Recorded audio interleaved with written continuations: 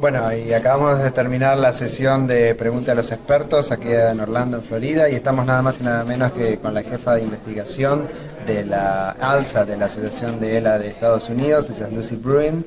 Ella nació en Sudáfrica, pero ella vive aquí en Estados Unidos hace mucho tiempo y nos va a dar un pequeño resumen de lo que acabamos de ver en esta sesión tan importante, que es donde se cuentan las novedades sobre investigación en ELA, de una manera que todos podamos entender, no solamente específicamente para la gente que está en la ciencia, sino para todos los que tenemos conocimientos comunes sobre ELA. So, Lucie, thanks for being here. Thanks for your time.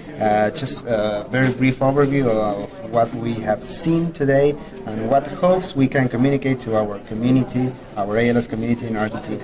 Happy to do that, and pleased to be able to talk with you remotely. We had a very exciting session. I started to give a little bit of an insight into our programs, and I'm happy to answer some questions as well that might be helpful. And we had three outstanding world leaders, all clinicians, very engaged both in caring for people living with the disease and also very much in research. And the topics covered were very much the genetics of disease, what the causes are, and how actually it is really genetics together with the environment that impacts disease.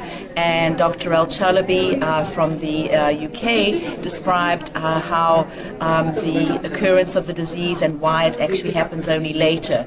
Dr. Michael Benneter from Miami spoke a little bit more about the challenges of treatment development and why it's so difficult, and yet the optimism, because we are already building tools, we have so much improvement in resources. And then Dr. Bidlack, who told a little bit more of some of the alternative medicines, how you can go to the website ALS Untangled and find information there about things that you hear often on social media or on the internet that might be of value. So really a great overview of opportunities that are happening now, things that we have as resources, and how the research is really exploding at this time. Lucie, I have translated a couple of your talks, and you always make a strong point on biomarkers. Can you explain the importance of biomarkers in ALS research? Happy to do so. So biomarkers is a very big term for many types of biomarkers.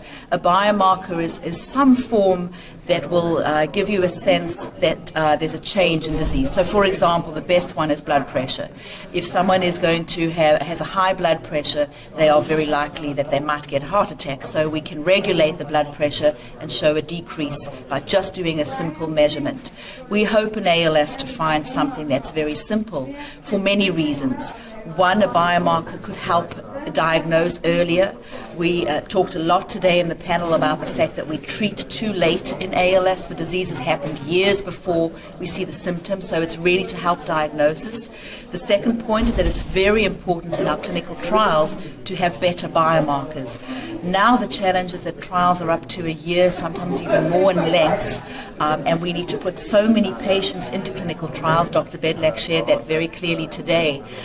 If we had a marker that in a time frame of a month could show that there's a distinct change before drug and after drug, we would have many more companies involved in clinical trials for ALS, and in a shorter time frame we'll learn that something works or it doesn't work. So biomarkers are actually going to completely change the way we can do research, and that's why it's so important. Yeah. Two last questions. There is always a lot of controversy around stem cells, but that topic keeps evolving. So now we are talking a lot about IP stem cells. Can you explain us a little bit about that kind of stem cells? And also, for last, your opinion about one of the drugs that are heading into the phase 3, I believe, which is tirasemtiv.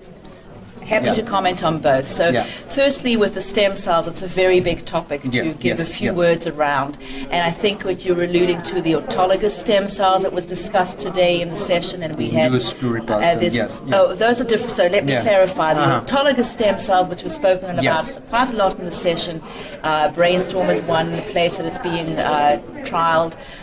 is a way of taking your own stem cells and putting them back in again into your system. In terms of stem cell transplants, we're at early stages. There are some very interesting things being tried in clinical trials. Neural stem is one. There are 2 trials that will start in the US next year, but it's still very experimental. What you mentioned, induced pluripotent stem cells, that's very new technology that's moving very quickly to be helpful for us, but not so much in transplants, so not as a treatment.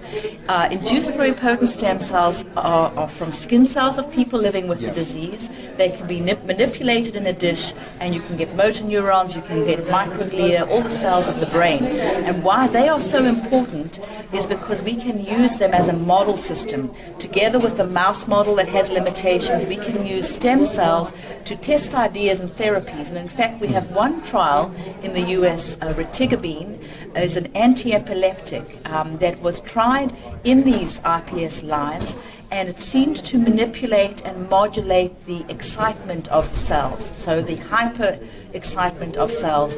And we are trying in patients now in a small trial to see if that indeed is a problem in ALS, and there are ways to measure it. So we actually didn't use an animal model, we used iPS cells to give us clues, and we've gone straight to patients. So there are lots of things going on in stem cells, both from treatment and from model systems that are important. The final question was on tirasemtiv. The trial that's going on now is called Vitality. It's a huge trial. It's a phase 3 trial being done in the US, in Europe as well. And this is the small molecule that is thought to activate muscles. And so what we think at a minimum is that it could definitely be of value in supporting living with the disease, quality of life. And one of the measures that they are definitely looking at is the breathing, the forced vital capacity in the breathing, because that seemed to have a hint of value in the smaller trial. So we're very optimistic. It's going to be very well organized by Cytokinetics. We are partnering because we're collecting samples from all the people in the trial, hoping that we can add on to that the ability to look if we can develop biomarkers. But the trial itself is in progress. It's beginning enrolling. The teams are meeting here at the meeting, and we will keep you updated as we find more about it. Okay, thank you very much, Lucie, and we're looking forward to seeing you in Dublin next year. Absolutely, my pleasure. Thank you.